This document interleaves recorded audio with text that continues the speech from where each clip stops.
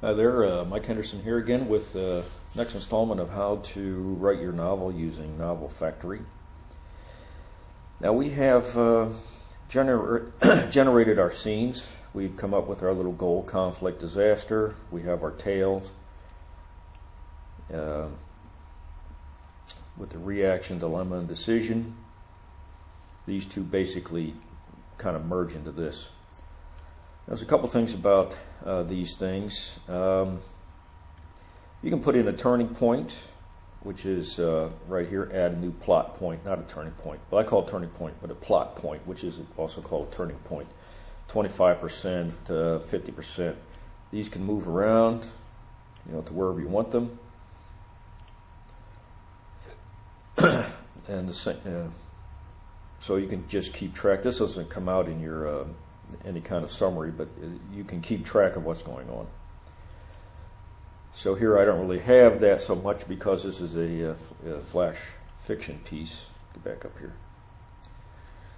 And there we go. That's that. So I have chapter 1 and so forth.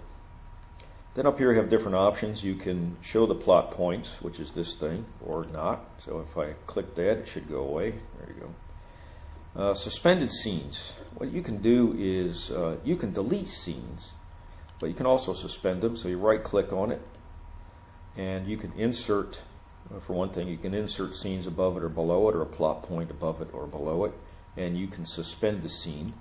So it's sort of, I guess, is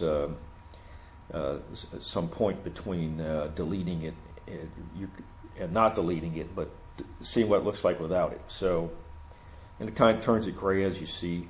So I can tell it not to display suspended scenes, and it goes away. Display suspended scenes, and it comes back. I right-click on it, and I re-click the arrow, and it goes away. So now it's not suspended anymore. So it's a way you can sort of noodle this thing and see what, maybe you should take something out or not. You can also move these around, because sometimes you want to move around a scene to a different part. All right, now the actual writing of the scene is ready to begin. So we will expand this.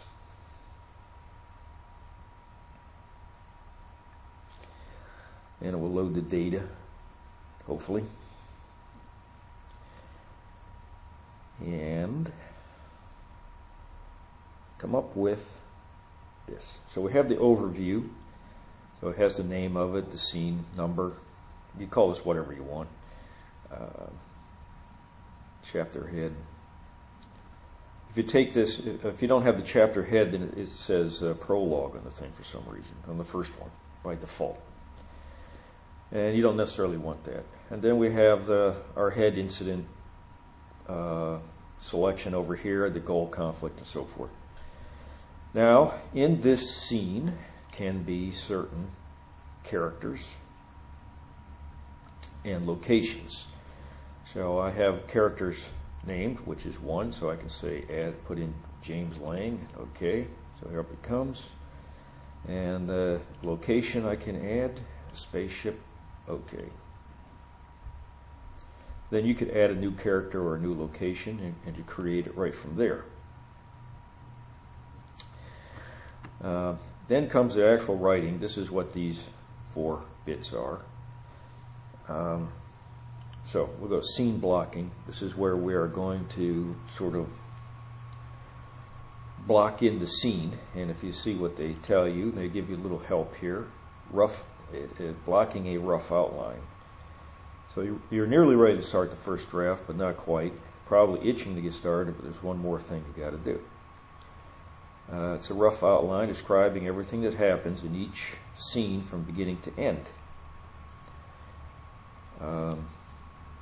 Should include every action, rough descriptions of what the characters say. Don't bother putting in speech marks in all this. Not be written in prose form or include a detailed description. Don't worry about how rough, riddled with repetitive phrases.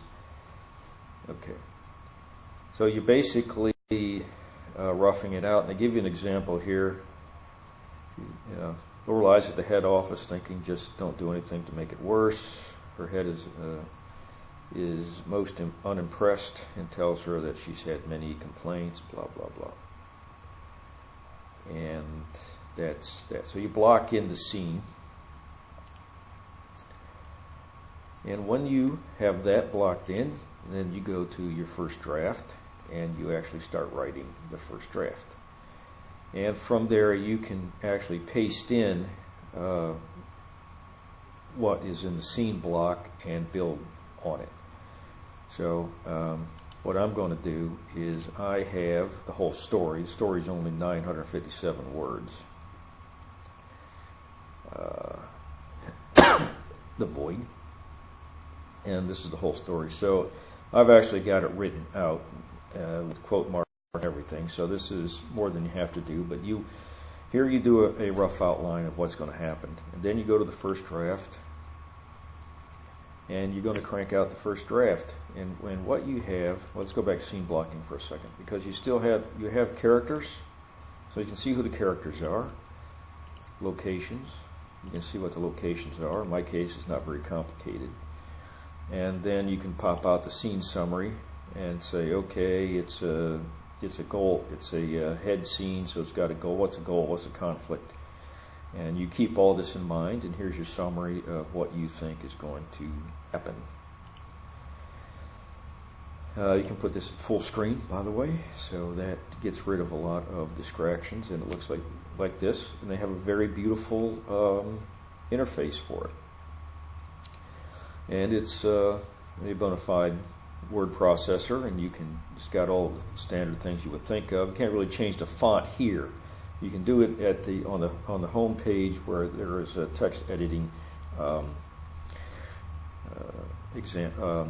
selections, and I've selected this Courier font. So this comes up here because that's what it says there on the home page. I don't know if we can get there or not through here. Yeah. So if I go up here, you can see options. Whoops. Come on. What's the problem? It wants me to save it. All right, well. Anyway, with the options, you can go through and you tell it what. That's where you set the font here. I'm not too worried about that. The font is the font. I have spell checking, spelling options. Well, you can change the font here, I guess. So you can change the font and paragraph spacing. So you can change the font here. New Courier. Double spacing, paragraph spacing. I don't like space between paragraphs. A lot of online novel writing software automatically and without choice puts in the space between paragraphs, which is kind of how things work on the internet and blogs, but it's not how books are. So don't put a space between paragraphs. I want it double spaced. The standard for when you're submitting a manuscript is double spaced. Paragraph indent is this. So this number, I don't know what unit this is, but you just do it until it looks right. Okay. So I've blocked the scene in, so now I'm ready to write. And what I have done is I have gone all the way from my premise to making a short synopsis, basically a brief description of this story, to the first draft. And I will take in here and paste in the content from the scene blocking, and there it is. And we'll take a look at the rest of this in the next one.